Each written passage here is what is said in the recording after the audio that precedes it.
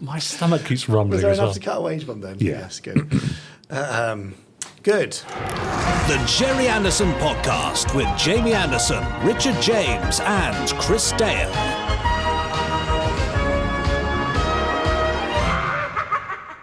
If you're joining us for the first time, welcome to the Gerry Anderson Podcast. This is a podcast featuring all the work of well-known TV producer Gerry Anderson, a podcast in which we ruminate over his legacy, his shows. We talk to many of the people that worked with him, and we also invite our audience, whom we call the Podsterons, to get in touch to give us their thoughts and comments too. Goodness. I learned that on that course you sent me. That was on. so amazing. It was great. We were in the woods banging drums. Yeah. Some kind of team building thing, I think. Yeah. A bit weird because it was only me, so there wasn't much of a team. No, team of one, but though. Ross just said, just go into the woods and bang some drums. Yeah. He made himself quite comfortable with some hot chocolate on some beanbags. He's always drinking hot chocolate. Yeah. So I was banging some drums, and then he told me all about this thing called context. Yeah. And that I was to introduce it more into the podcast. You've done a beautiful And job. my You're a changed man. eyes, absolutely. Yeah. There's like scales falling from my eyes. Yes. Oh, sorry, should put that into context. So, when one approaches, is given new information about a situation that one thought one knew, it's customary to say that one feels the scales are falling from one's eyes. Right. And that's how I feel now. What's the etymology of that phrase, though? I haven't done that course. I didn't do the etymology course. Etymology course It's next an week. etymology course. Yeah, don't Are you worry. sending me on that? We'll book you on that as well. I mean, I just thought I was all right just busking it the way I was before. No. We're taking this into the upper echelons of Are podcasting we? now, so you've got to And you sure buck other your people- ideas up, mate. Are you sure other people are doing these courses? Well, that are doing podcasts? The etymology one, yes, absolutely. Anyway, Podsterons, Wow. thank you so much for joining us. Yes. Whether you're new or an existing Podsteron, you'll now be fully versed in what this podcast is all about, That's thanks to Richard's fantastic introduction. Putting it in context. Yeah. So Richard James, Yes. he's an actor. He was in some Anderson stuff. Yes, Jamie Anderson, Gerry's son, but also producer, writer, director in your own right. Allegedly those things. Oh. And of course, the wonderful, marvellous Chris Randomiser Dale, who's in fact changed his name by deed poll to Chris Randomiser Dale. Has he? Yeah. Oh, and there he is now. Yeah, hi, Chris. Hi, Chris. Hi, guys. Yeah. And he'll be bringing us a random episode of a random Gerry Anderson episode later on. Yeah. Random episode of a Gerry Anderson. Yeah, Yes. you see, I got in trouble for saying all that last week, and I was sent on some course. Yeah, I know, but Blooming cold in that forest. well, the drum banging should have kept you warm, possibly. Anyway, throughout this, we've got some segments, don't we? Yes, which segments. some people will know about and some people won't. Segments, it makes it sound a bit like a centipede. Don't think I like that. Or a tangerine. Oh, I like that. Yeah. Right. So yes, if you... Unpeeling Oh. the tangerine of the Gerry Anderson podcast and picking off those little white bits. the pith. Yes. Removing Oh, the pith. Yes. Yeah, and spitting out the pits as well. Oh, yeah. But anyway, yes, so segments. Okay, well, we've got Fab Facts. That's where you pick up that book of Fab Facts that I can see there. That is the book, isn't it? That is the very book, yeah. Flick through it, I shout Fab, you sort of spout on for a bit, and I Yeah. look vaguely interested. It's quite a delicious sort of kind of burst in your mouth segment, isn't it? Well, I find it sort of quite fibrous. You know, when you've sucked all the juice Oh, out, you just really? have the husk. The bit that you actually want to spit out. Yeah, and that's disregard. what Fab Facts is to me. Okay, fine. We've got some news in the Gerry Anderson universe, because there's always something new happening in the worlds of Gerry Anderson. Yeah. Is that Essential, right? varied, Yeah. delicious. Yeah, thank you. Not so bad yourself. We've also got the second part of an interview with Nicholas Young, who joined us last week. He was in Bring Us a Wonder, Space 1999. But we know him from various other things. I mean, I've been showing some clips in the interview, and there's more coming up from other areas of his work. Yeah. And we know him from breakfast. We do know him for breakfast. Yep. We didn't say much to him over breakfast, No, because but I was a bit shy. He was sat at the head of the table and we were quite far down. Yeah, so. like the naughty children. Yeah. That's right. We were also at the back of the bus on the way to the venue, and he was at the front. Yeah, but, singing rude songs. Yeah, flicking V's to truck drivers, things like that. And the randomiser, but above, beyond, beneath, and throughout all that, the Podsterons. I love you, Podsterons. Yes, they're brilliant. Even You're now, brilliant. even through all the nonsense and chicanery. Chicanery? Yeah, great. They've been getting in touch, podcast@gerryanderson.com, with their thoughts and comments, questions. We'll be reading them out later. And I think we might also be visiting the Facebook page or the YouTube channel. Can't remember which. One of them. We'll do one or the other, or that's both. Right. Exactly, yeah, who knows. Yeah. Good. So do stay with us for the next hour and a half. An hour and a half every week. Feels like an hour and a half already somehow with this introduction. All right, get on with it then. Okay, shall we move on? Yes. It's Fab Facts. I know. Now, time for this week's Fab Facts. Does this need context, do you think, Fab Facts? No, just needs going straight into it. Right, okay. Yeah. Ready? Yeah. Here we go. All ready. Oh, okay, right. Oh, Fab! Wow. I mean, that was You seat of weren't my ready pants. for that, were you? You were not ready for that. Okay. Well, this is going to be meaningless to anyone who's new. But I just flicked through a book of Fab Facts and Richard Shout Fab, and that stopped me on a page. And now I'm going to read it to you. So here we go. Right. Long-time listeners of this podcast, Yes. Are there any? disregarding the new ones, may recall a Fab Fact from 2020, many years ago, in which we asked the very important question, does Doppelganger take place in the same universe as the 1971 ITC action series The Persuaders? Oh, did we ask that? I believe so. Okay. That's what it says here. This was down to a copy of John Cain's resignation letter turning up in the first episode of the series. Do you remember that now? I do remember that now, you go. yes. 2020 was it? 2020. Feels like last week. I know. Today's Fab Fact, however, turns up the heat a little. Ooh. Oh, does it? Yes, firstly by returning to the world of the Persuaders and exploring 2 more episodes that featured old Anderson props. Right. The first of these is also from Doppelganger. And is the fire procedure checklist board that Glenn Ross is asked to read as part of his medical checks following his arrival on the alternate Earth. Like it. Okay, yeah. That board, still carrying its Eurosec logo, can be seen in a garage near the start of the Persuaders episode Element of Risk, which is an episode we've also spoken about previously because it's the one Shane Rimmer guest starred in around the time that he was writing an episode of The Protectors that Persuaders star Tony Curtis was originally intended to be in. I mean, this is going very deep, isn't Oh, it? it's getting quite a mess. Oh. Are you with me so far, though? Because I'm not. Another Anderson prop that turned up in The Persuaders is rather more unusual. Right, okay. We're getting even more oblique now. Yes. A giant white hand. Don't laugh, this is very serious. A giant white hand seen on the Harlington Straker Studios backlot in the UFO episodes Time Lash and Mindbender, later turned up in the Persuaders episode 5 Miles to Midnight, in the apartment of a character played by Future Space 1999 guest star Joan Collins. Oh, what? Oh, what? What indeed? It what? But don't worry, Right. we now leap from the frying pan into the fire. Oh, joy. And into the world of another ITC production that was also being filmed at Pinewood Studios around the same time as UFO and The Persuaders. Okay. Are you still with me? Yes, go on. Good, but it's easily far more well known than both those shows combined. Yes, it is the one, the only, The Fire Chasers. No, blank looks all round. No. Go on. Yep. Fire Chasers. Well, yes, The Fire Chasers was a TV movie produced by ITC in 1971, directed by Future Space Precinct director Sidney Hayes. Oh, I remember him well. And followed Chad Everett as an insurance investigator investigating a spate of arson attacks in London. Cheerful stuff. God, that just sounds fascinating. Yes. Yeah. Now, don't worry, there's more. Good. Since it was produced in Pinewood, obviously the set dressers had the same pool of old UFO and doppelganger props to call upon for the Fire Chasers, and since the story was heavily fire-related, it's not surprising that the Eurosec fire procedure checklist board makes another appearance. Our old favourite. Inside a burning building, they should have used it, near the end of the film. Of perhaps even greater interest, I'm not sure we can manage that, but Is that possible? possibly, of even greater interest is a Daily Express newspaper prop seen near the start of the film, which has on its front page a story about one of the fires. Just above the story, however, the main headline is Cabinet Minister Killed. Miracle Escape for US Colonel. Which UFO fans will remember is the event that introduces us to Ed Straker in the first episode of UFO. Hey. So this newspaper layout was created for the UFO episode Exposed, as it's one of it's the one that Paul Foster confronts Straker with in that story. They've just reprinted it for the Fire Chasers, with the front page amended slightly, most notably replacing the picture of Straker with a picture of a warehouse fire. What a swap. Yeah. Now, this of course begs another very important question. I bet you're on tenterhooks. Podsterons, do Doppelganger, The Persuaders, UFO, and The Fire Chasers all take place in the same universe? What a crossover right there. Wow. No, but Podsterons, if you're aware of any appearances of either the Eurosec fire checklist board, Paul Foster's newspaper, or Joan Collins' giant white hand, never thought I'd say that, in any other production shot at Pinewood, please do drop us a line. We really insist that you do. That's amazing. I want all 3 of those things in the podcast studio for the next podcast. They can be recreated, I'm sure. Yeah. Wow. Nice. I mean, don't you can never say that we don't go in depth on the Absolutely. Gerry Anderson podcast. Who wrote this Fab Facts book?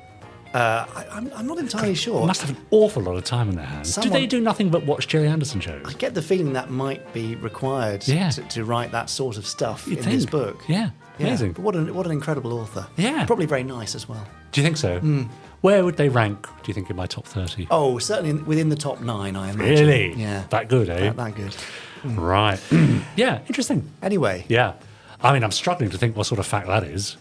Well, I think it's pretty obvious what sort of fact it is. Okay. You know, the reuse of multiple props. Yes. Yeah, no, not getting that. Okay, No. Anyway, well, if you see the fire checklist board, the white hand, or the newspaper, email us podcast@gerryanderson.com. But for now, that brings us very neatly to the very obvious end of this week's Reuse of Props fact. Oh, you just said prop fact.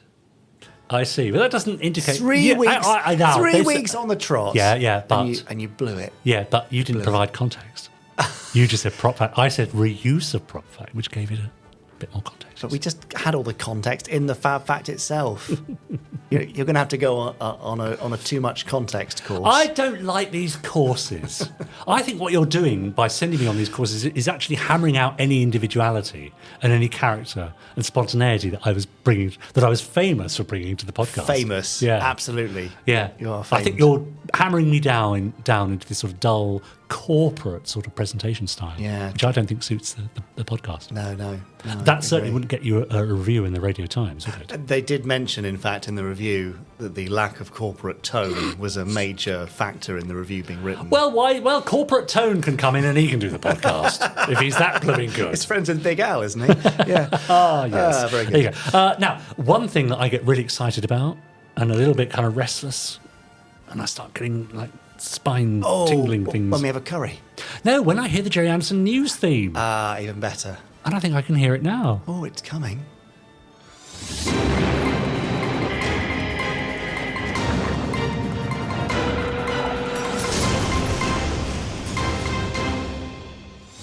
Well, hello, and you may be noticing a small change from usual for my location.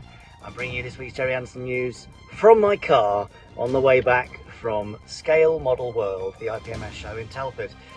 So let's get on with this week's Gerry Anderson news. Now, at Scale Model World, we revealed a few rather interesting new releases. We previewed the upcoming Eagles, Eagle 1 and the Rescue Eagle, but we were also treated to a very special preview of Bachmann's upcoming Troy and phones from Stingray. These are 6-scale, 12-inch high resin models, hand-painted, lovely things, lovely replicas of the puppets from the classic series, and they are on pre-order right now. The first 100 units will be delivered in early December. The next 400 that will be available will not be available until 2024, probably February or March. There's a little while to wait there. So if you do want to get a beautiful Troy and phones before the end of the year, you can go onto the Gerry Anderson store right now, shop.gerryanderson.com, search for Troy or phones, and you'll see them right there. We also previewed at Scale Model World the next item from our upcoming collectible series, a rather stunning Thunderbird 2. Have a look on our social media, you may see some little preview pictures of it, but that will be available to pre-order at the end of Q1, so probably March time, maybe April 2024. It's a really beautiful thing. I'm very happy. I've been wanting a scale model Thunderbird 2 for a really long time, and it is finally here. Another item we previewed was the upcoming special edition Corgi Stingray, limited to 750 worldwide. That'll be going on pre-order in December or January. It's a beautiful thing, a brand new tool from Corgi, and I'm very excited about that one in particular. Maybe a Terrorfish to follow. Space 1999 comic anthologies are finally on their way. I know lots of you have been waiting for them, and we've had to take our time over getting them to you, especially if you're outside the UK, so apologies for the delay, but they are now on their way. The complete collection of all the Space 1999 comics, from the Look-In comic from the 1970s, as well as some of the annuals.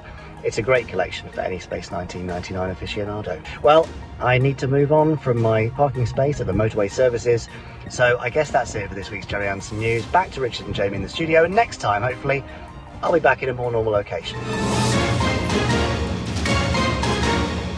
Well, thank you to Uncle Specky, I'm going to call him. Uncle? Uncle? Why not? Why have I become an uncle now? Well, because you're like a friendly avuncular character who delivers all the news every week. Am I? Well, not you, Uncle Specky. Yeah, okay. Uncle Specky. Say it. Good. Say it. Uncle Specky. You see, it sounds good. Sounds really weird. Yeah, it does sound weird. I'm not sure I'm going to use that again. No, creepy. Let's open the door and let in the Podsterons. Okay. This is the voice of the Podsterons. Well, not actually let in the Podsterons because there'll be so many of them. We don't have a lot of space here, do we? Very small studio, Because really. Chris is now reclined on the randomiser sofa. I don't know if you noticed. Being fed grapes by Yeah, Ross, which he has got a does bit that. weird. I don't know why that's happened. Yeah, but what I mean is let in their emails. Yes, If that's possible. open the door to their confabulations and missives. Exactly. Stephen Carson, for example, from Edinburgh, you know. Is this a missive?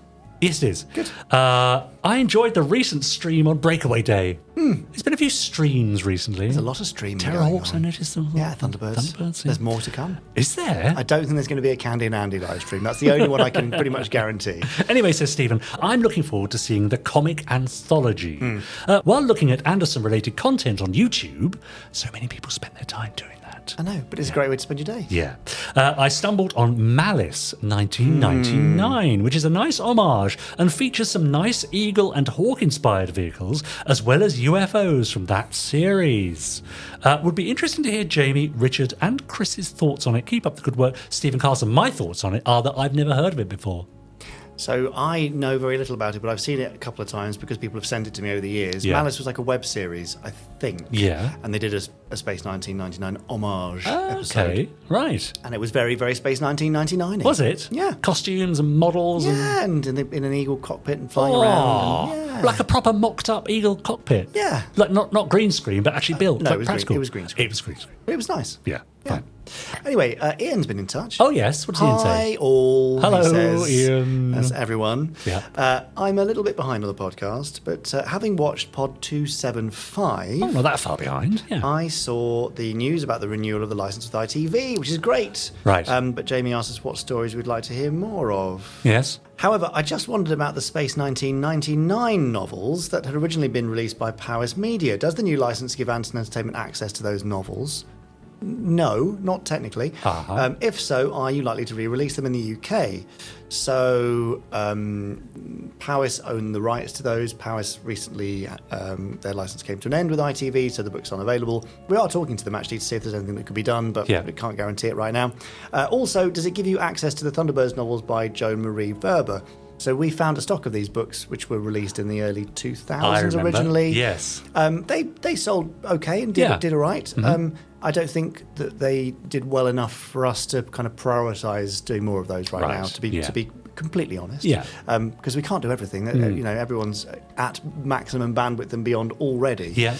I have a copy of Extreme Hazard, but it would be lovely to buy the other ones in that series. And they're very hard to get. They're very hard to get hold of in the UK. Yeah. Yes.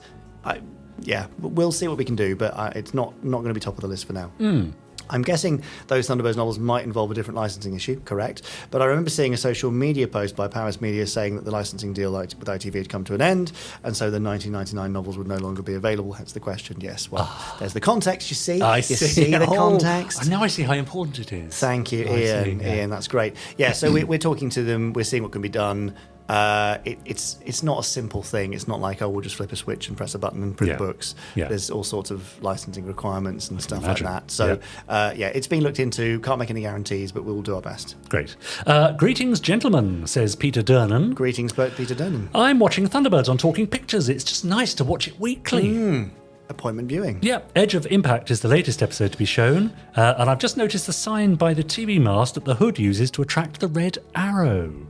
It shows the name British Telecommunications, which, of course, in 1965 didn't exist under that name, because BT was created in 1981. Once again, Gerry Anderson predicting the future. Absolutely. Been with the podcast from the beginning, always entertaining and informative.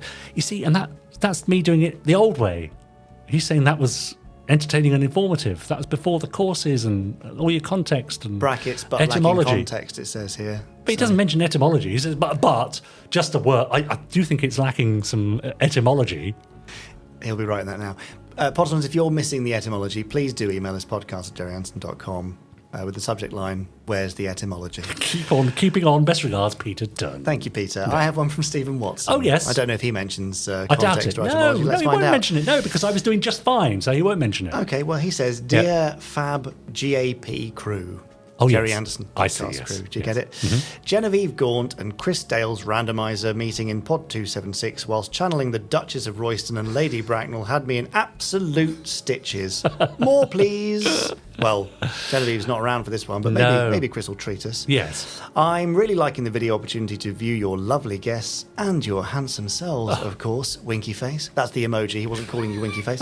And it's a real bonus of the new format, as well as getting to see the randomizer, even though I was expecting something bigger. So Look, you can't please all the people all the time. it's not all about the size. That's exactly right. Stephen. That's you know, right. Yeah. that randomizer's done a very, very good job over the I mean, last. Chris hasn't complained about it. No, exactly.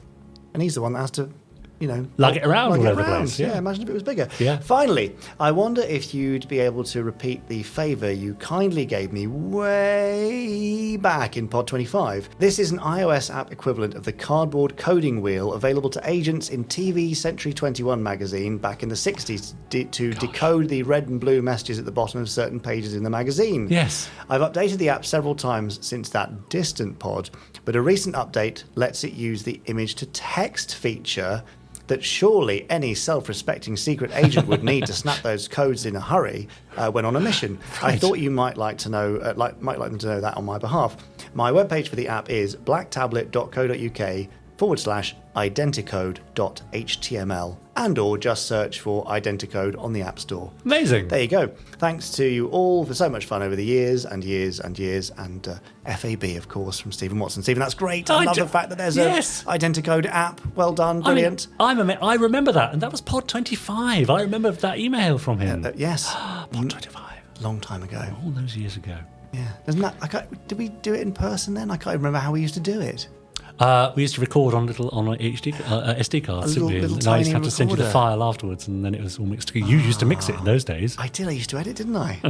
Gosh. Daniel McGregor says, "Hi guys, I really enjoyed those audio adventures and dramas for Thunderbirds, Captain Scarlet, and Stingray. I'm looking forward to more." Good.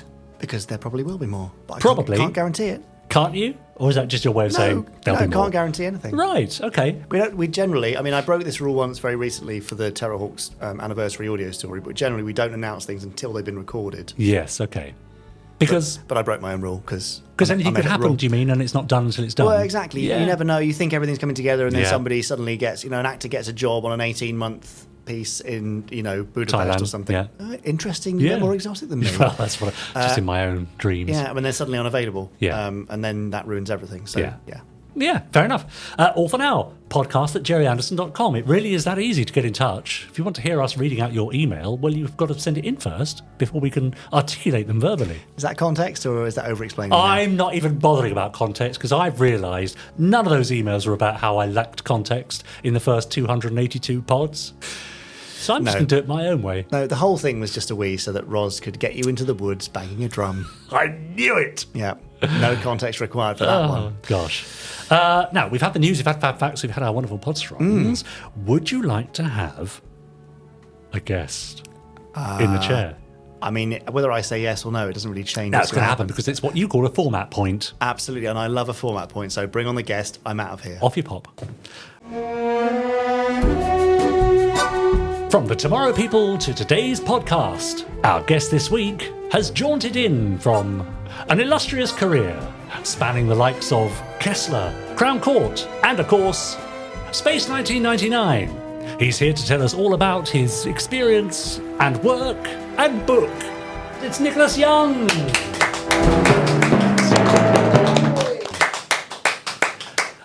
Well, I'm glad to see we didn't put you off. No. You're back again. I'm back again. Or did you just have business in Slough and thought you'd drop in? I think I negotiated a better fee. No? That's what you told me.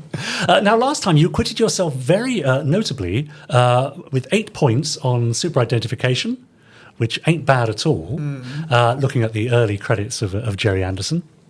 We spoke, of course, a little bit about the Tomorrow People, and we looked at a clip of you in action from Crown Court. Yeah. So, For the next half hour, I'd like to really concentrate, if we can, on what you can remember of your Space 1999 story, The Bringers of Wonder.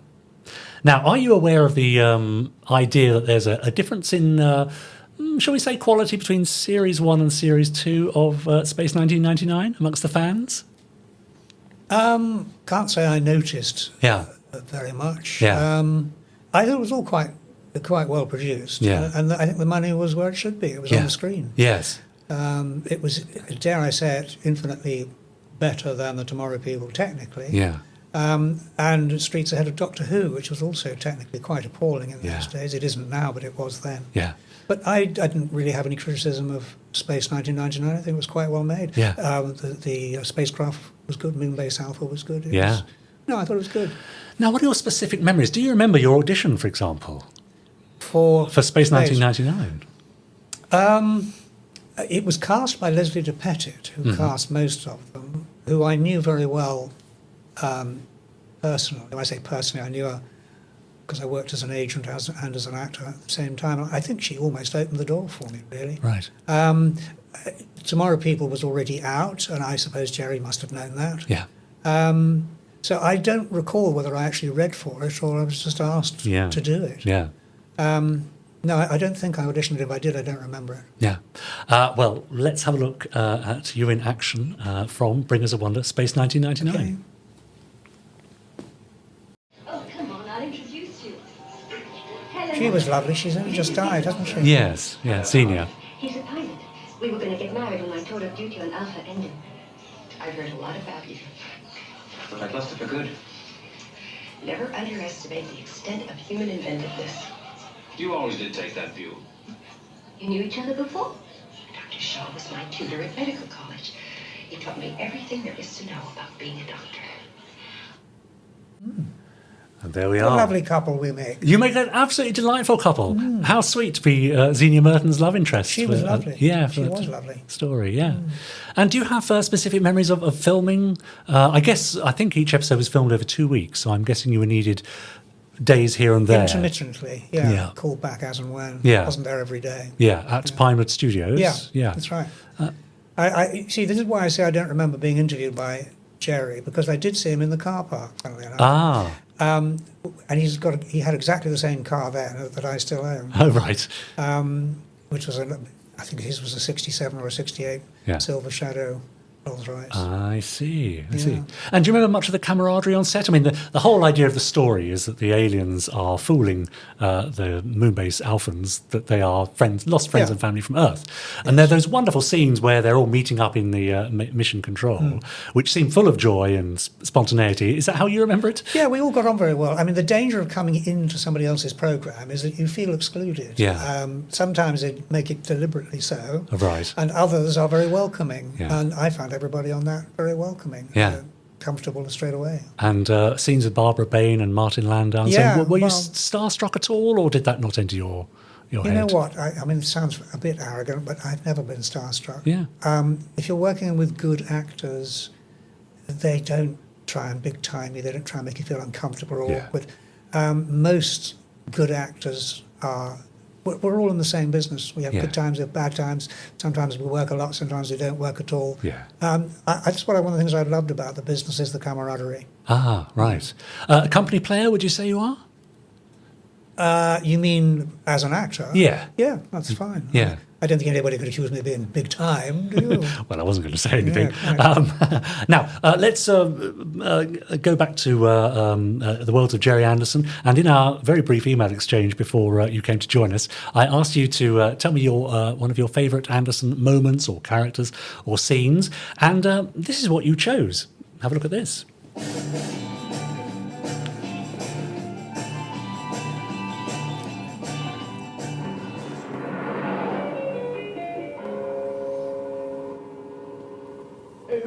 Lady? Home, Parker. By the way, Parker, how did you fare at the casino? Oh, I lost, lady. Oh, dear. How much?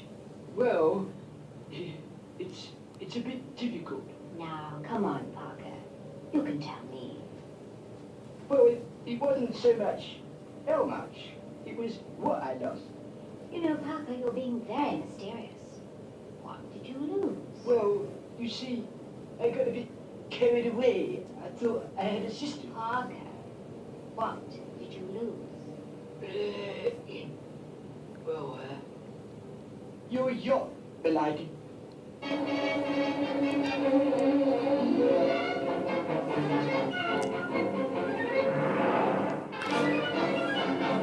Oh, Parker. So, That reminds me of a story, Yeah. if I may tell it, yeah. of a famous actor who better be nameless, long since dead, who owned a Rolls Royce. And he told me that he always used to carry a chauffeur's cap on the seat. I said, well, why on earth did you do that?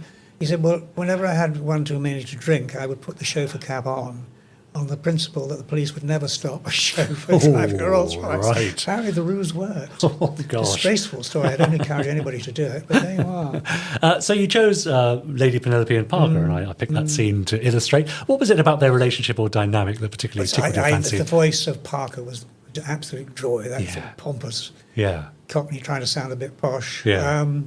Lady Penelope so elegant. Of course, it was Sylvia Anderson herself, wasn't it? Indeed. The voice, yeah. That's right. And of course, the beautiful car. Yeah. A real life, a live version of which I saw at the Sci-Fi Centre in Leicester one Yeah. year. Yes, I don't right. think it was actually a Rolls, but never mind. Yeah.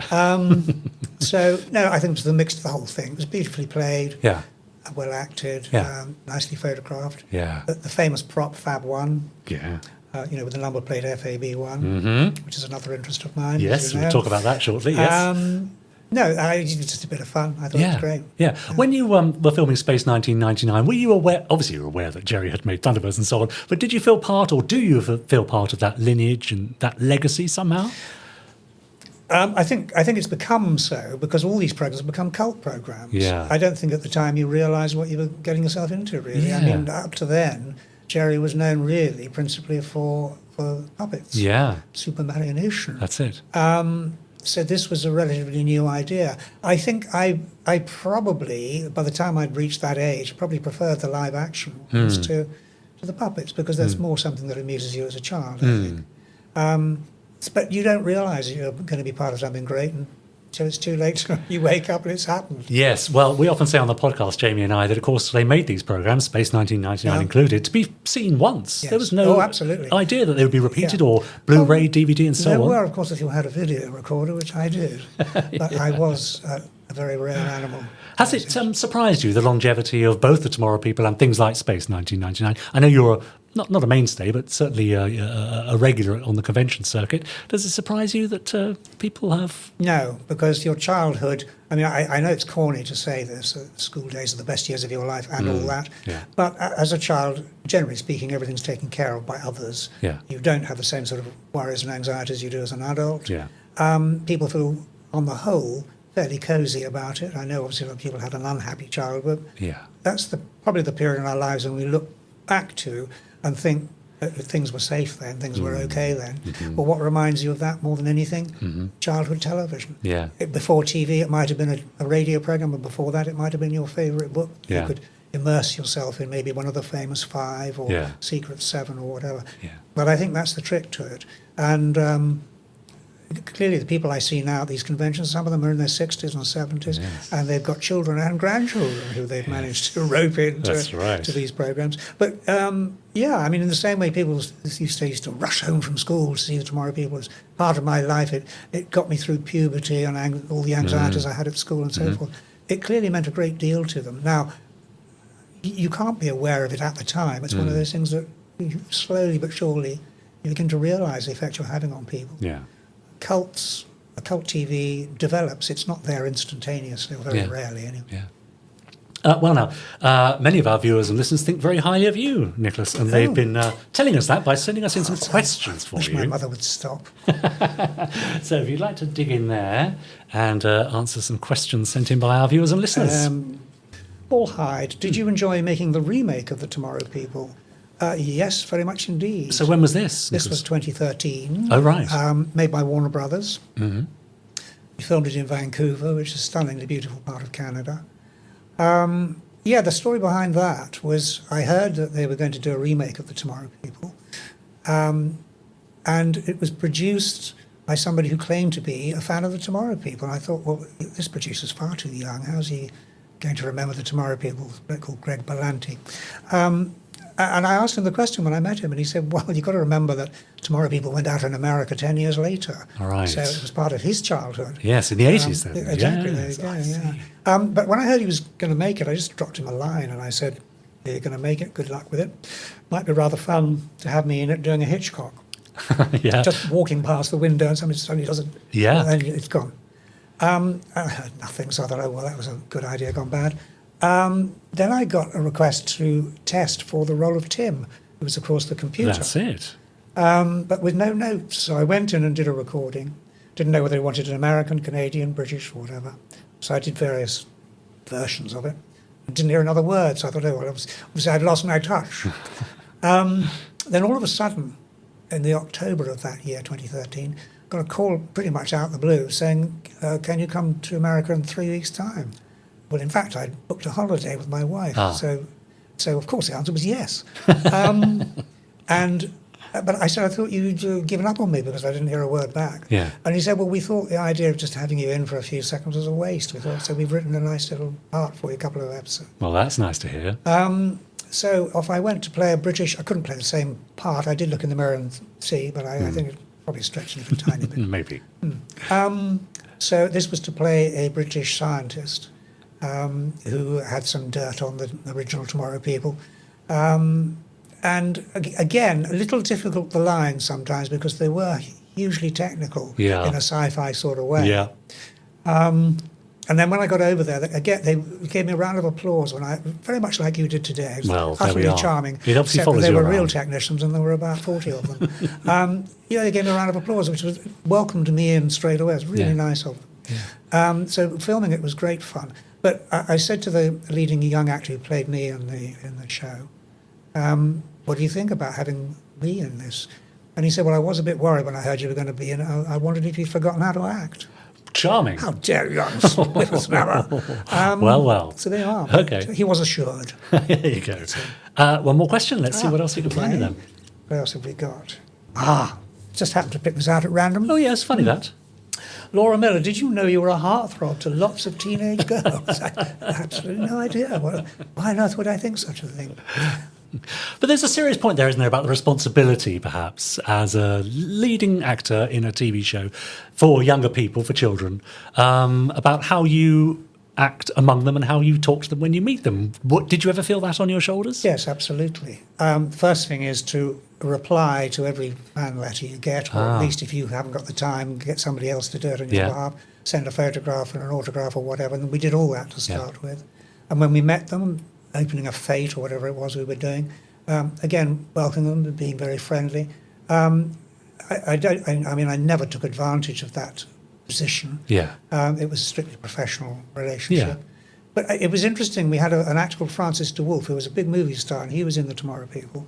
And he said when he was as if I'm quoting him, when I was a star in the 50s, we were on a silver screen and untouchable. And we were admired by everybody. And he said, as soon as we started appearing on television and we were in the corner of your living room, people would come up and say, Francis, how you doing, mate? All right? Yes. And he said, that magic was gone. Ah. And I think there's certainly an element of that. People feel you're much more approachable nowadays, and that's a good thing, surely. Something compounded by social media as well, even more so absolutely. these days. Well, I everyone's a think. star nowadays anyway. That's right. I mean, you've got to remember in those days, to do a show that had nearly 70 episodes is unheard of. Yeah. And there were only effectively 2 channels to choose from. Yeah. There was BBC Two, but it wasn't really an entertainment channel. Yeah. So it was phenomenal. You either watched the Tomorrow People or you watched Blue Peter. That's or it. You, So millions upon millions of people at a time were watching you. absolutely. That's right. And around the world. Yeah, that's right. So, yeah, and it was very gratifying. Of course, you like to be appreciated. Yeah. I know I'm not here, but I was then. Yeah. You are very much appreciated, Nicholas. And to prove it, we're going to take another look at a fine example of your work. This is from a series that I also remember being entranced by, but it's a little bit too old for me. But I was captivated by the idea of it, and we'll discuss it a bit more. This is Kessler. Let's have a look at this.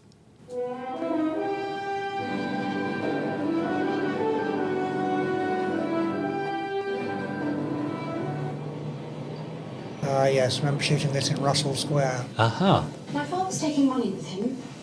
This time it's different. He went to the bank in Zurich. So that's what he needed the messenger for. I I think he's transferring money from his own account. Possibly his last personal contribution to the organisation. I think he means to leave Germany for good. What about the house and the factory?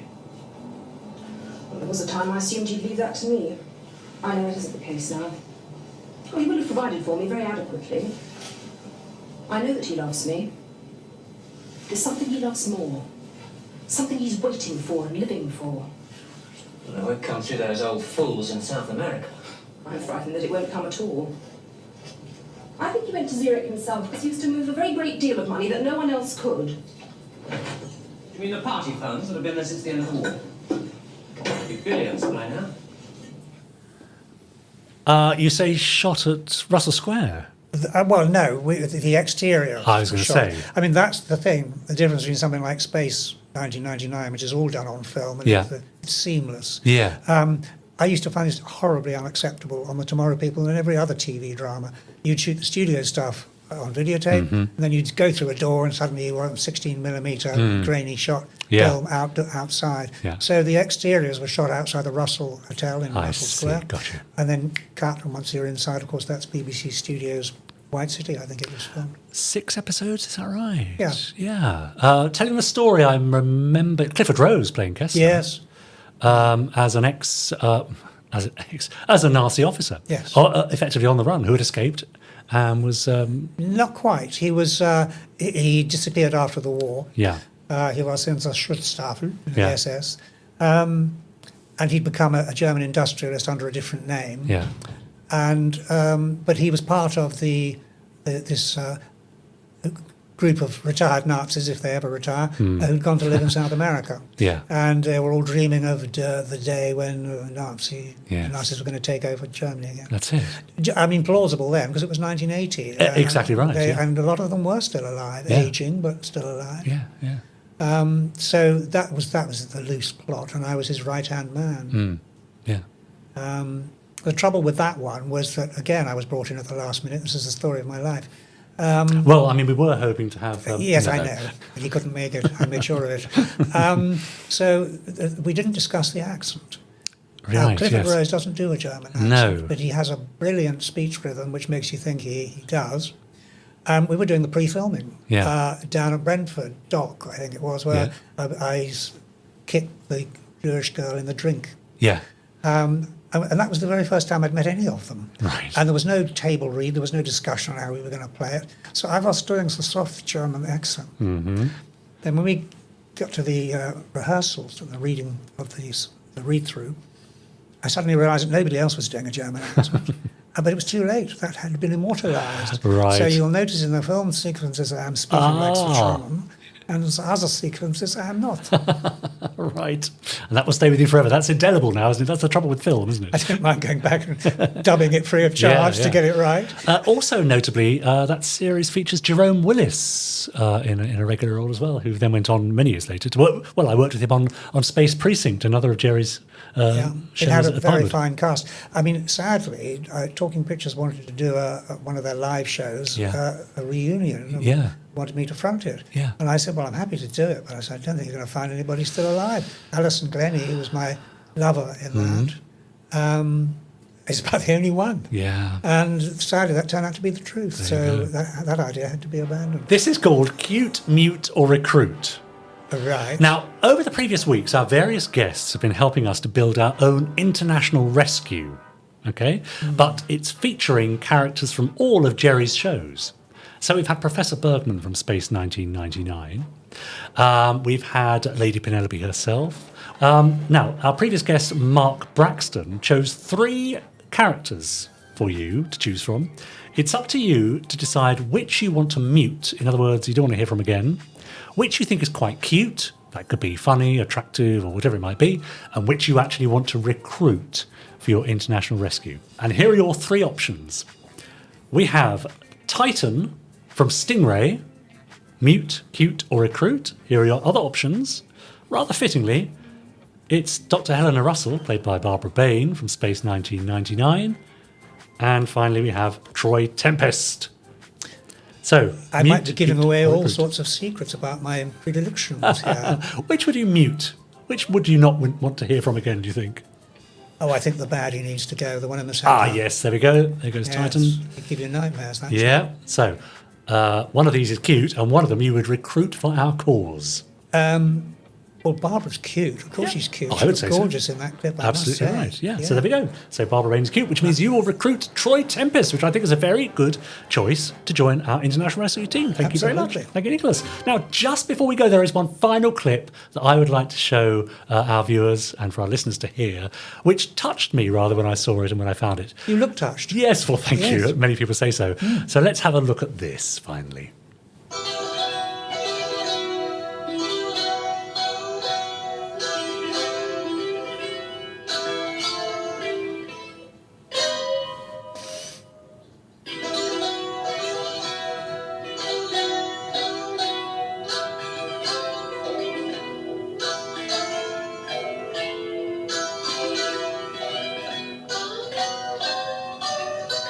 That's got to be worth a round of applause. Surely. Come on then.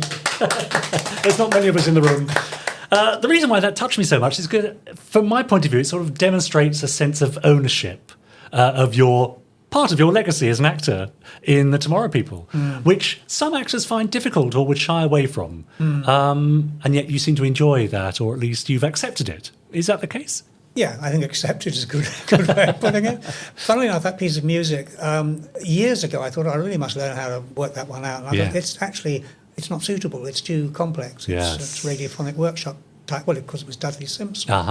And then my partner in that, who was teaching my son to play the guitar, he had worked out an acoustic version of it on the guitar. And I said to him, that sounds really good. Why don't we have a go at doing the electronic version? Yeah. So we sat down, and it didn't take us too long to work it out, and came up with that result. And I'm actually quite proud of it. Yeah, it's lovely. It was great fun. Yeah. But why not embrace it? It was so many people's childhood. It made a lot of people very happy. It may well have disturbed a few and driven them around the bend. I don't know. Absolutely. It was so many people's childhood. It was a major part of my life. There's no point pretending it wasn't. Yeah. Was it the swan song of my career? Very nearly. But there were all sorts of reasons why I didn't carry on being an actor. And as you know, I'm still available, provided the fee is right. For a fish finger sandwich, Well, there you go, yes. And a packet of crisps. I always say old actors never die, their paths just get smaller. No, I mean, I love acting, but that said, you've got to realise that the world's moved on, you're not right for the roles that are around, you haven't matured sufficiently, you're not masculine enough, or whatever they're looking for at the time. There's no good beating yourself over the head about it. You just have to accept the way it is. Now, finally, Nick, it would be remiss of me to let you go without at least mentioning your book, which we were speaking about earlier, which is of a specific and particular interest. So I'll give you 30 seconds to tell us about it and where we can find it. Right, it's called Car Number Classics. It covers the first 10 or 11 owners of every registration number issued in England and Wales as of the 1st of January 1904, when compulsory vehicle registration came into force. It also includes quite a few Irish and quite a few Scottish. It's got biographies, as I say, of probably 1,000 biographies of the movers and shakers of the day, and it also covers motorcycles, so there's an awful lot of people from other backgrounds and walks of life. There are some fascinating stories in there. It covers every aspect. Tinker, tailor, soldier. Yes. Rich man, poor man, beggar man, thief, a whole lot are in there. It's a fascinating book. And can be found? eBay's probably the easiest, but if you want to go to carnumberclassics.com, give you all the details there, how to buy it, where to get it from. And if Christmas is coming shortly... It is. And if this program is being repeated in 2036 and Christmas is coming, there's probably a few left in the garage, so why don't you get one? There you go. Nicholas, it's been a personal pleasure to welcome you to the Gerry Anderson podcast as one of my childhood heroes. So it's been so nice to meet you, and thank you for joining us. Thank you. It's Nicholas Young, everybody!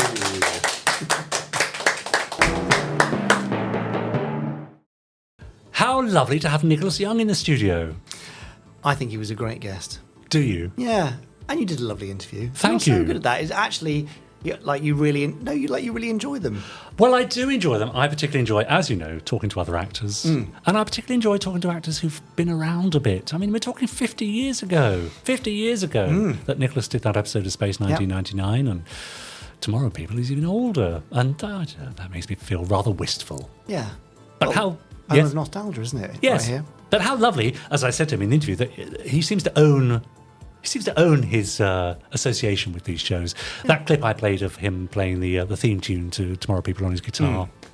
It's nice though, isn't it? Yeah. It's lovely when people embrace the things they were involved in rather than rejecting them, because Yeah. it's not even down to the individual show, it's down to the individual actor, and sometimes they fully reject them and don't want to talk about them. Yes. And others Yes. are very happy willing to talk about it. Too and willing, don't perhaps. even. Yeah, that's right. Take a Yeah. breath sometimes, Yeah. do they? That's right. I was in Space Precinct.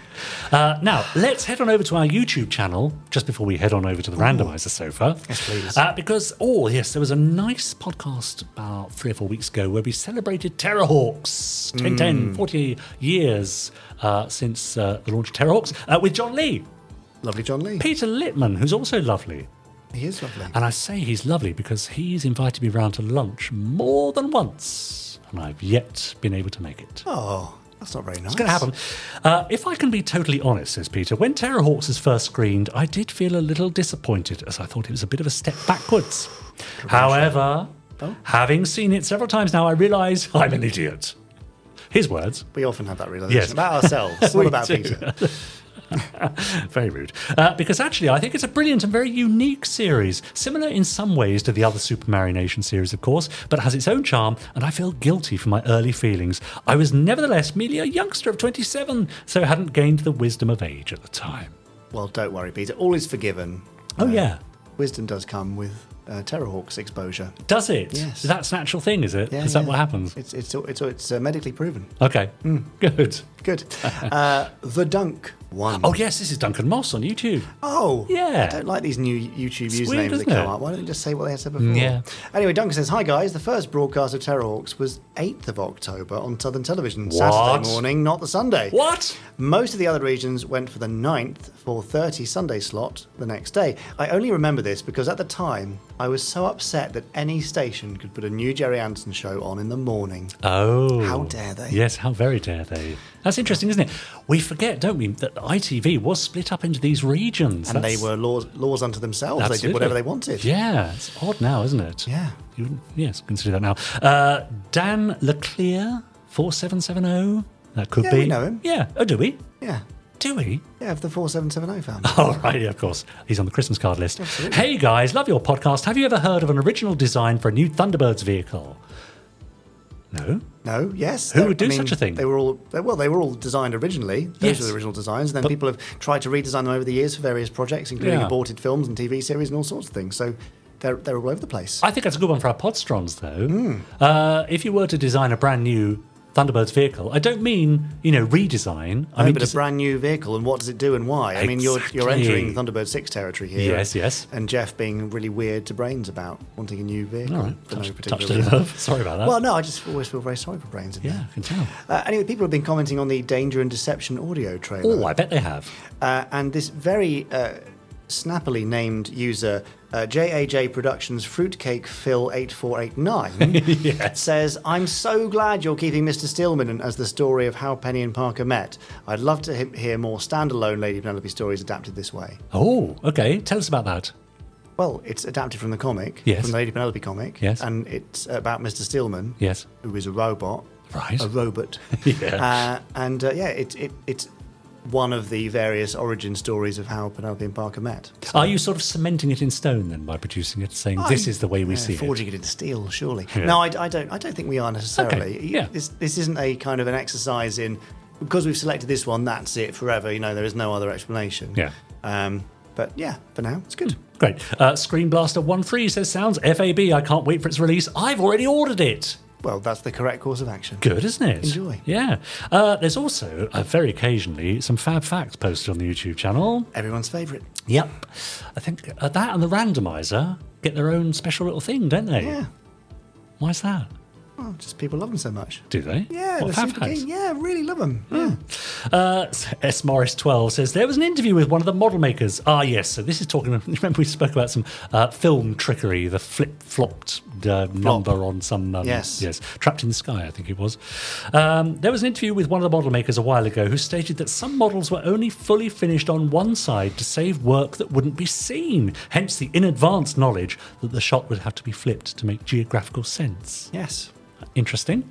Makes sense, doesn't it? It's a bit like I don't put any makeup on this side of my face when I do the podcast because no one ever sees it. No, why would you? I never shave this side of the face either. Yeah. I've actually got a really long beard here Yeah. because no one will ever see it. It's like I don't wear any trousers for the close-up shots, but I put them back on for the wides. So, You do what now? yeah, see? Yeah.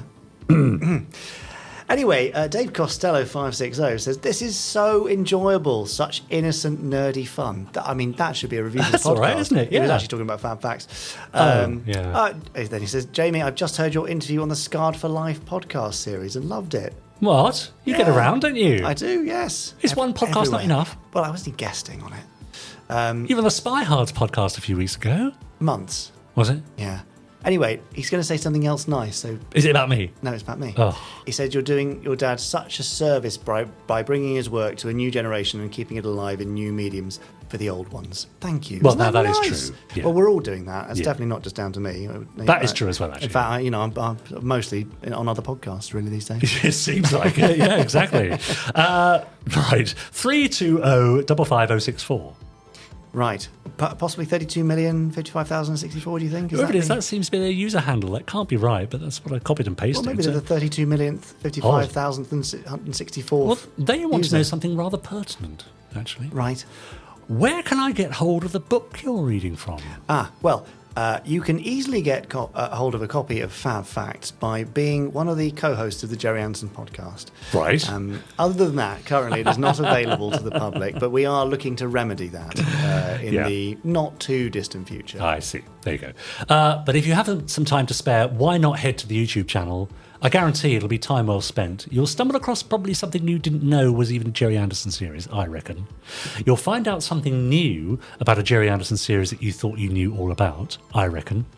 And more importantly, you will feel enthused to shout out from your bedroom window to the street below, I love the Gerry Anderson podcast, and I want to tell the world. Gosh. Yeah. I'll tell you what. Yeah. For the first email from a podsteron Yeah. who sends a video Yes. to podcast@gerryanderson.com Yes. of them shouting out of their bedroom, and I do mean shouting, Yes. proper shouting out their bedroom Yeah. window, I love the Gerry Anderson podcast, and I want to tell the world. Then a prize will be sent to you for your vigorous endorsement. Well, great. Look forward to that. Could it be me? Can I do it and send it in? No. I see. Contributors to the podcast and entertainment team cannot compete in this. Okay. Curse the small print. I cannot wait for these. Yeah. Great. Please do send them in. All for now, but I think it's about time we gave Chris Dale something to do, don't you? Well, it stopped him lying on the sofa again. Yeah, exactly. Eating those grapes. Yeah. Come on, Chris, over to you. Wake up. So, Nicholas, you've come back to join us for the second week, but if you don't mind me saying so, you look a bit uncomfortable sat there. Is there anything bothering you? Well, there is actually. Oh, bloody hell, what's that? Oh, let me have a look at that now. This. Oh dear. Well, now this is very interesting because there was a series that Gerry Anderson made in the mid-50s called You've Never Seen This. And I've never seen that. Well, no, you wouldn't have, no, hence the title. Episodes 2, 5 and 6 are currently known to survive. This is episode 3. Right. Yes, so I can tell you're very shocked by this. We have found a missing episode of You've Never Seen This. And you let me sit on it? And I let you sit on it, yes. I wouldn't say that's reduced its value in it. No, I would say it's enhanced. Yes, I mean, you're very welcome to put it back there. And in the meantime, yes, you've never seen this, which we haven't. So, what a surprise! Our first visit to You've Never Seen This on the Randomiser, and it opens with, shall we say, a moment from Reporter. Did you find the woman with 10 brains, Mr. Collins? Say, if he found a woman with one, that'd be a novelty in itself. Anyway, that aside, so you've never seen this. This is indeed the first time we have seen this on the Randomiser. It was a series produced in the mid-50s, Gerry Anderson's first directing job, in which the host went around Europe meeting people who could do strange and unusual things. There are 3 complete surviving episodes, one of which was released on the Lost Worlds DVD. Then this incomplete episode and 2 complete episodes were turned up by Network a couple of years ago. Episodes 5 and 6 are available on the Super Colorization Blu-ray.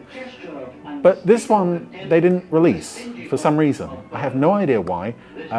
It is incomplete, unfortunately. And if you look at the end of episode 2, it does say that next week I'm going to meet a man who hypnotizes alligators.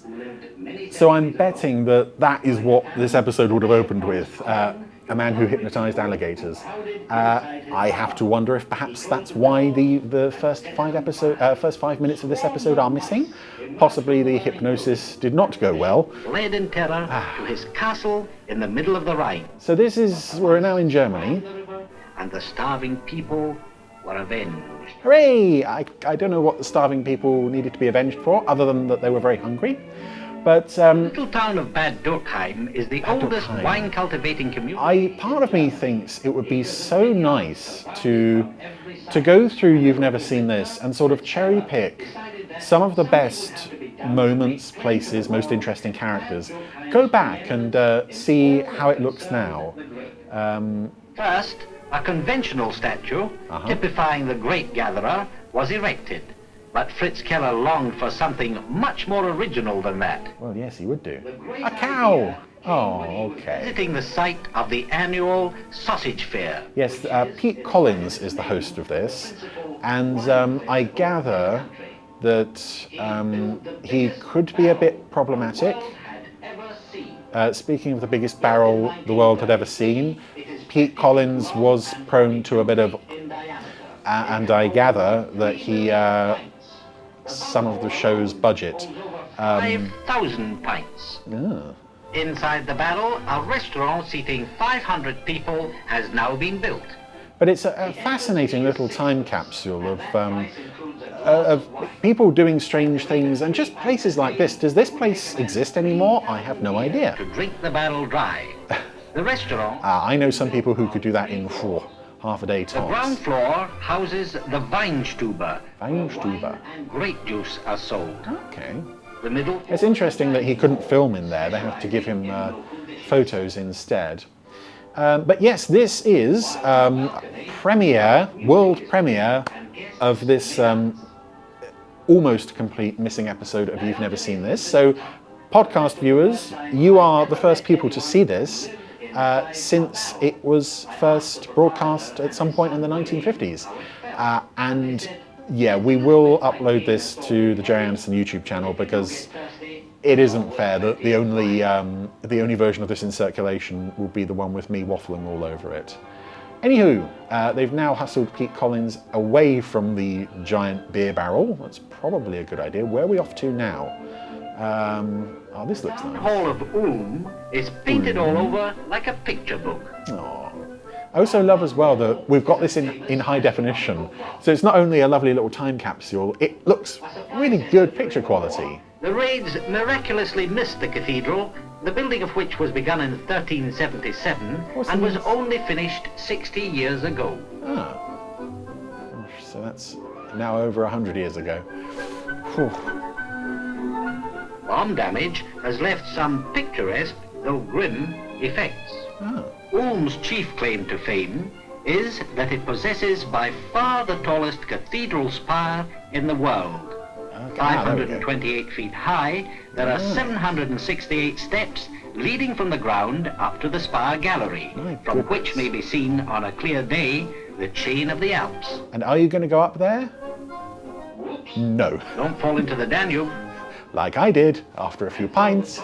Yeah. World stands beside the longest river. Yes, the sort of premise of this show is that Pete Collins is going all over the place interviewing people, but we also have this framing device of his secretary and a reporter who sort of keep checking in with him and saying, "Oh, so Pete, what are you doing now?" "Oh, well, I'm off to this place to look for a woman who, I don't know, a woman who has 10 brains." We'll later meet in this episode. And it is unclear how many episodes there were of this. Indeed, there may have been more episodes produced than were ever broadcast. It is one of those things where, nobody really knows.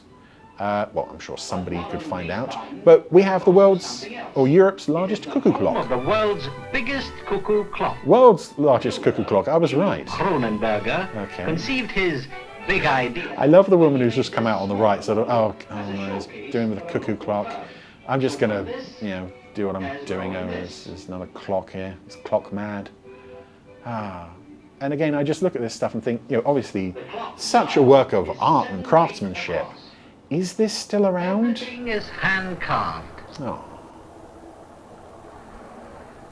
Inside the clock is a shop which sells souvenirs and, yes, cuckoo clocks.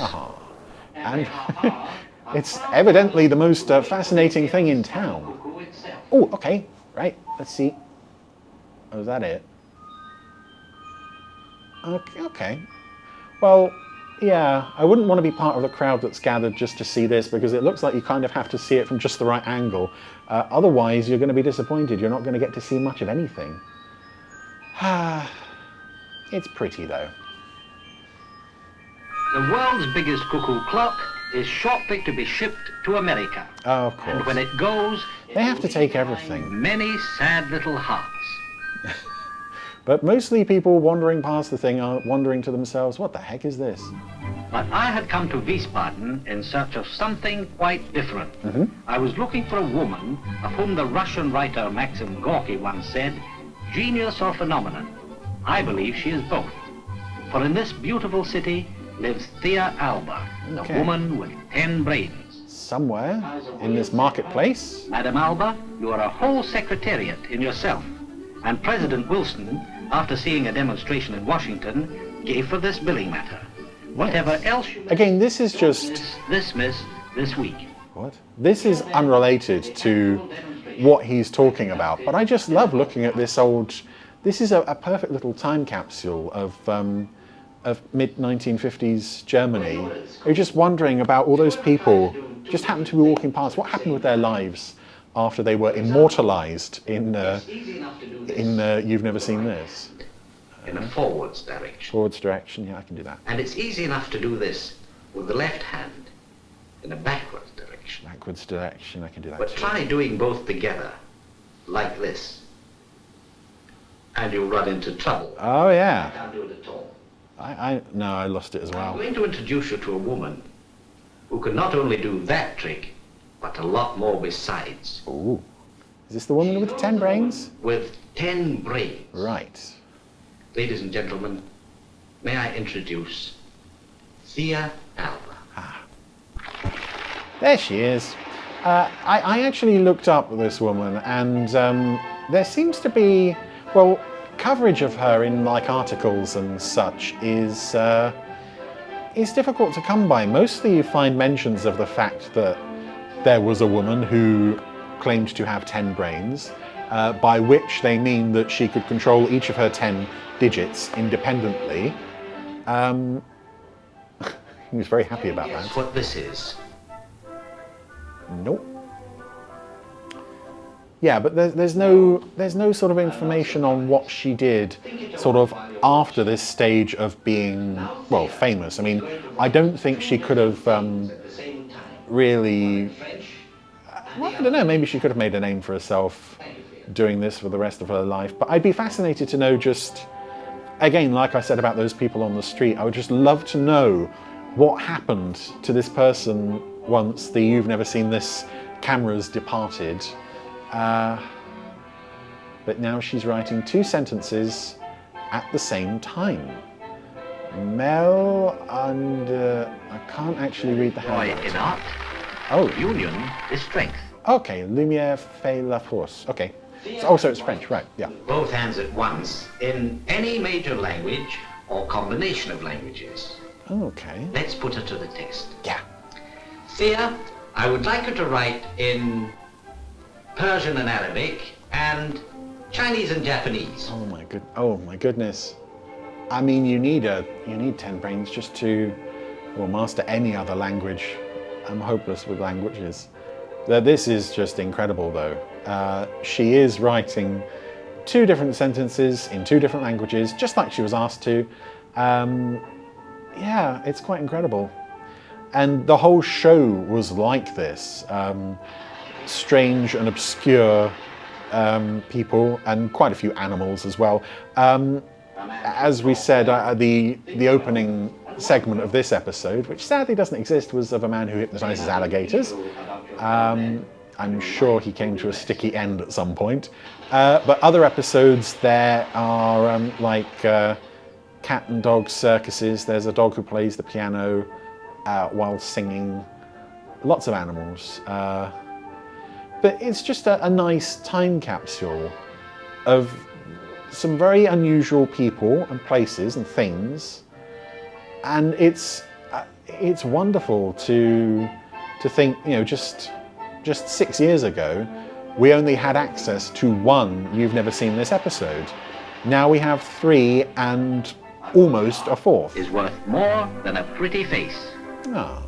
The sun shines. So it may not be, some of you may be thinking, I would have preferred a missing Twizzle episode or something. I mean, I'd much rather have something like this, because this is real, and this is just so much more fascinating. I've seen the first episode of Twizzle. I can kind of assume that undoubtedly it improved as it went along, but also most of the remaining 51 episodes were probably in the same vein as the first. This is so much more interesting because it would be a different thing every week. Unfortunately, as you saw at the beginning, the poor secretary character, for she was a recurring character, was on the receiving end of a lot of comments from the men around her as they chortled and smoked and just, But hey ho, it's of its time. I also love the just death glare she gives him at the start when he opens his stupid mouth. Luck and blessings upon all your paths. Oh, same to you. Yes, but we're coming up on the whole 10 brains thing, I believe, once she's finished writing 2 sentences at once. And this episode is, unfortunately, I think we're stuck with her for the remainder of the episode. Other episodes that I've seen, there is a bit more variety.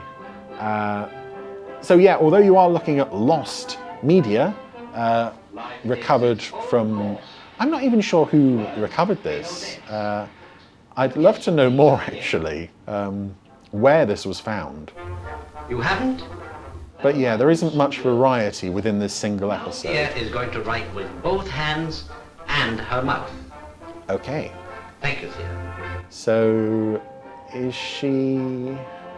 Okay, yes, she's putting a paintbrush on a stick in her mouth, and she's going to write with that, and with her 2 other hands, she's got a chalk in each. What's she writing now? Ah, a bit of Shakespeare. I recognise this.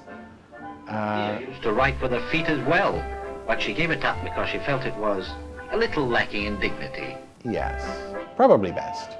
Yes, to be or not to be, that is the question. I can't even begin to conceive of the difficulty involved in what she's doing here. Because she has to assemble each word in individual sections, because her arms are only so wide. But yeah, well done, Thea. Now what? The mystery of the strange objects will be revealed. Oh, good. Oh, these things, right, sorry. I thought he was going to throw a conspiracy theory on us or something. They had a strange object. With 6 fingers. 6 fingers. Ah, okay. I suddenly had salad fingers flashbacks there.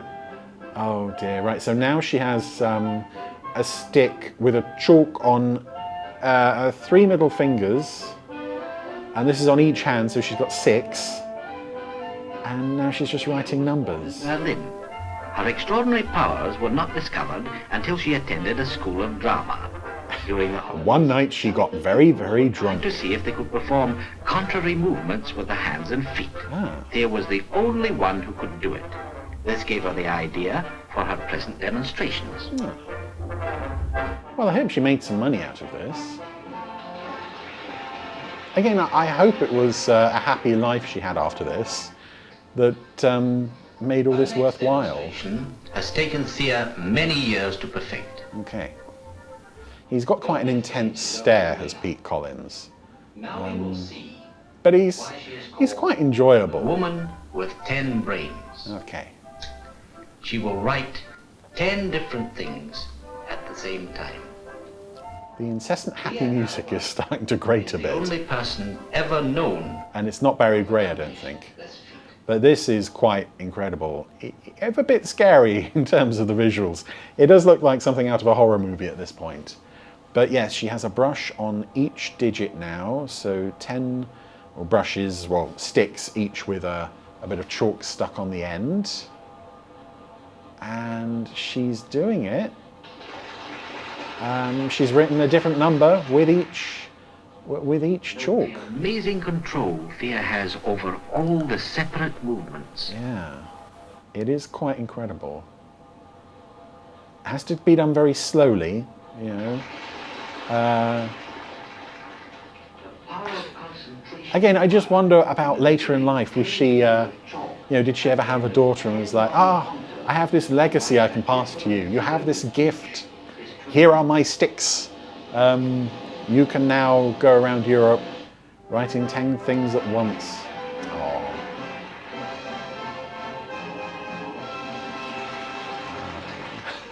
Very woman I've been looking for. Oh. To help me fill out my income tax forms. Oh, God. Where are you off to next? Austria. My good friend Dreo is due to come out of his bottle in 5 days' time. I thought you just said... Are there any women in there I can criticize and denigrate? 5 days' time. That is exactly what I did say. He's been in there for a year. I like as well that the secretary has just given up for this end scene. She's clearly not interested anymore. And sleeps. All inside the bottle. Drop in when I get back. I'll be here. I'll be here, smoking and being chauvinistic as ever. Yeah, he's called reporter. I don't think he ever actually goes out and does anything. But how nice was that? A real change of pace there. Camera operator Arthur Provis. We're going to see some familiar names there. Ted Astley, musical director, perhaps better known as Edwin Astley. I just love this music as well. It's so jolly. So a nice little piece of lost Gerry Anderson media there. I hope you enjoyed that. And I'm sure we have not seen the last of Pete Collins, for we have 3 more episodes to see on the Randomiser. How amazing that we are now halfway through the Randomiser, and yet we're still finding new things to watch. It's incredible. We've never seen this. Well, I've never seen that. Ah! See? And I bet you haven't either. No, you probably have. That wasn't even in the script when you made that up on the spot, didn't you? That's what I do. You're so clever That's and what funny. I do. Yes, no, obviously you've never seen this, even though most people have never seen it, but that is a world exclusive. It has never been shown anywhere since it might have been partially first broadcast in the mid-1950s. Wow. We think. Really? Yeah, I mean, there's a bit missing, as you saw. Yeah. Incomplete reel, but yeah. I mean, amazing. Yeah. And I like to think of You've Never Seen This as the Eurotrash of the 1950s. Okay, I can see that. So without You've Never Seen This, perhaps that sort of iconic cult classic Eurotrash might never have even existed. My British chums. Exactly. Well, I miss Eurotrash. Yeah, me it was too. fun. Then it got a bit. Yeah, let's too not much, go didn't it? there. Yeah. But You've Never Seen This, lovely Dad's directorial debut, and when we were doing some research when these things were being found, I found an amazing little stack of mementos that he'd brought back from one of the trips, because they were basically going around the UK and Europe interviewing interesting people who did strange things, including having their dogs play pianos or cats perform tricks or writing multiple things at the same time with different fingers, and just such a crazy array of things. Yeah, nice. But just very slow and gentle, and it's a shame Dad didn't get to see it recovered, actually. Although he probably would have ordered it burned, I suspect. It's almost certainly. Great, there you go. More Randomiser next week. Can't tell you what it is. It's random. No, but are we at a special place in the Randomiser now? Is that it? So that's pod 283. Is that the halfway point? I think. Is it? It's happy halfway point to the Randomiser. Wow, happy halfway point. Happy halfway point, Chris. Do I get a cake? No. Anyway, so more Randomiser next week. More Fab Facts, more news. A brand new interview with a guest. It's one of two. Shall I mention it now, or do you want to wait till next week? You can say who they are. Well, it's either Craig Morris. From ITVX. Yeah, or it's Sadie Miller. From all sorts of Big Finish Doctor Who stuff. Yeah, and daughter of the lovely Liz Sladen. Indeed, yes. Amazing. So they'll both be joining us in the studio next time. Sadie and I were both on the same TV documentary in 1993. 30 years in the TARDIS. Yes, or something. more than 30 years in the TARDIS, because it didn't make the proper edit. Yeah. So there you go. Oh, sweet, isn't Reunited. it? Oh, that'll be. I'm looking forward to witnessing that. Oh, me too. Great. Yeah. See you then. Oh, see you. Okay then. Then. Ta-ra then. Bye then. Bye then. Bye then. Ugh. 5,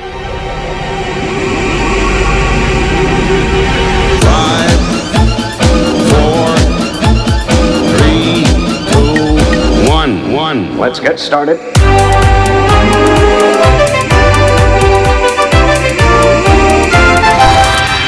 Let's go.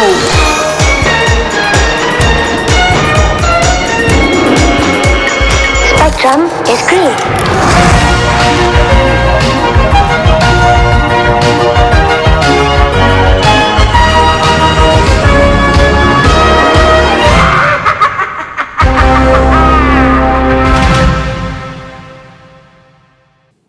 Is there anyone that you would like to be reunited with from your television past? From things I've been in, do you mean? Anything you've been in? What? Anything? Yes, anything. Well, some of them are dead.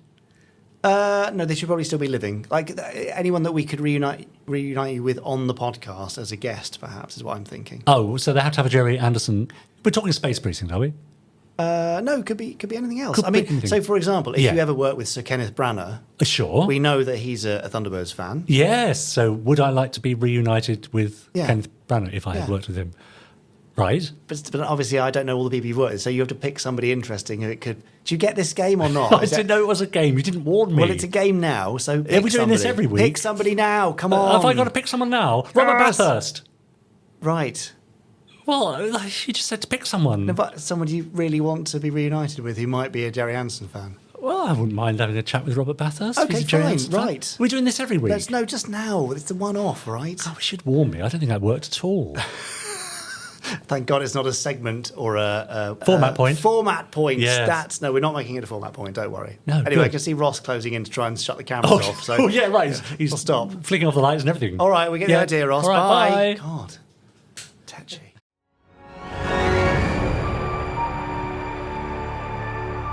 That was an Anderson Entertainment production.